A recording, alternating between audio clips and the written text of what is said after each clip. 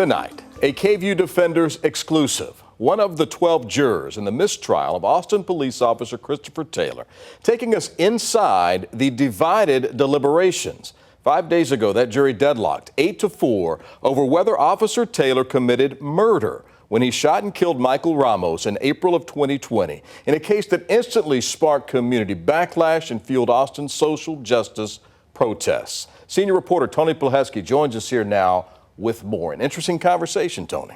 Indeed, Brian. We reached out to all of the jurors we could find contact information for, and only one agreed to a conversation with us. During the trial, courthouse security took extra steps to protect them, shuttling them to and from the courthouse from a secret location. And during the trial, the judge also admonished a man for possibly trying to influence them. Given the nature of the case, the juror did ask to remain anonymous, and she would not confirm if she was among the 4 voting guilty or 8 voting not guilty. What were your general impressions of the evidence that was presented and of the case itself?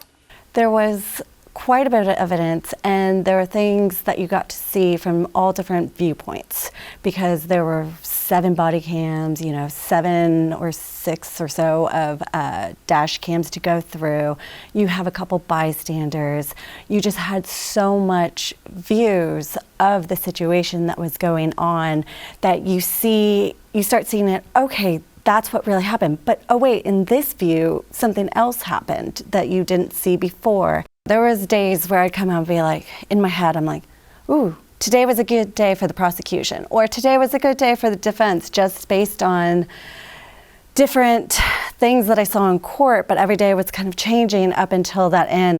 It's just the layers of the situation. In the beginning, we were 6 not guilty, 2 unsure, and 4 guilty. Eventually that changed, the 2 unsure to the not guilty, but the 4 still are, they still stayed at guilty. It was actually very respectful. There wasn't any fighting. We would sure get into some heated discussions, but it was not in a bad way. So the 4 who said guilty and were steadfast, what was their belief? Can you represent what they were saying? Yes, it was based on the number of shots.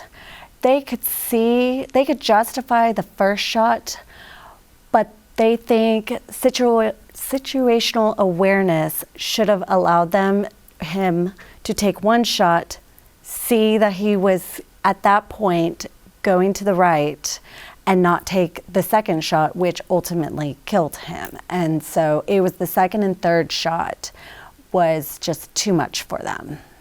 And those who were in the not guilty camp, can you just sort of represent their beliefs? It goes on his perception, Taylor's perception. It's a reasonable thought that he was going to go after them, but it all happens in 2 seconds, and you don't have time to think that much into it. Over the weekend, as you all were deliberating, an Austin police officer, Officer Jorge Pastor, was killed in the line of duty. A second officer was shot and wounded. A question a lot of people have asked is whether or not that situation came into the jury room and possibly influenced the jury in any sort of way. It did not. I mentioned it in the room in a comment that, well, you know what happened this past weekend? And there were some people who were like, yeah, I do, they recognized it. And then most of them said, no, we were told to stay away from the news, and I obeyed the judge's order. And so that is where the conversation ended from there, and it did not get into our conversation. I want to go back to what she mentioned about the number of shots. As we watch these trials unfold, we don't always see the intricacies the jurors see when it comes to the specifics of the case. That with those 4 that were guilty in that first vote, that was a big part of why they thought guilty in this case, the number of shots. And what's so interesting about that is that law enforcement experts will tell you with regard to police training, they are taught to end the threat. So it's not necessarily the number of shots that are fired, it's whether or not the officer believes that enough shots have been fired to, again, end the threat and to hold that threat at bay.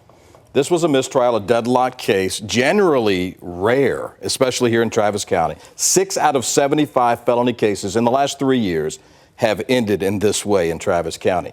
District Attorney Jose Garza, of course, has the decision to make. Will this case be retried or not? Has he made that decision yet?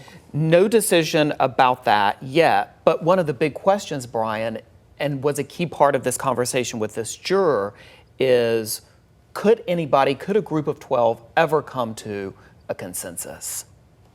What is your opinion about whether or not a jury will ever be able to come up with a unanimous verdict in this case? I think it would be difficult because it's such a polarizing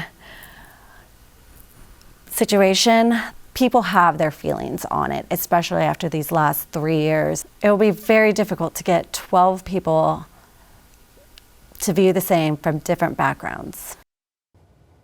And the case being a police officer, it kind of makes it different than a general citizen firing a weapon, killing someone, doesn't it? For so many reasons.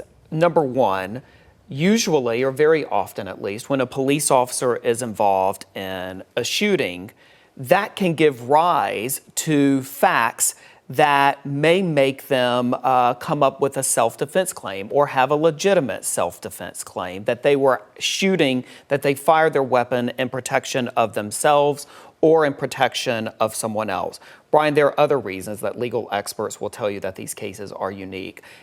Another one is that the key witnesses in the case are often police officers themselves. They are the ones who possibly witnessed what happened or investigated what happened. And so experts will tell you that there is something of a concern, remains a concern within law enforcement about possibly providing information to the jury that may injure someone they work with, that the thin blue line still exists, according to some of the experts we talked to.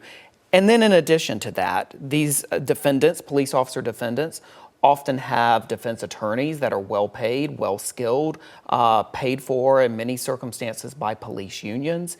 And they are skilled testifiers. They've had training in how to testify before a jury to provide answers that may be, according to one expert I talked to, more strategic in nature. It sounds like the decision to retry this case, giving all of that and everything that this juror has mentioned, still hangs in the balance. Do we have any idea of a timetable, if that decision will be made soon, if it's going to take a few months? How do we know about the timing? No real timeline has been established at this point, but Brian, it is important to point out, as we've consistently pointed out, and that is Officer Taylor still faces a second unrelated murder charge involving the death of a man in 2019. He and a fellow officer opened fire on that man after they said that he moved toward them with a knife. His family, the man's family, has said that he was suffering a mental health break at that point. But both of those officers, including Officer Taylor, one of the two, facing that unrelated murder charge from that case as well. Very, very interesting to hear from the juror. Very good questions that you asked the juror. As always, great to have you. Senior reporter Tony Pileheski with the very latest here on the Officer Taylor mistrial.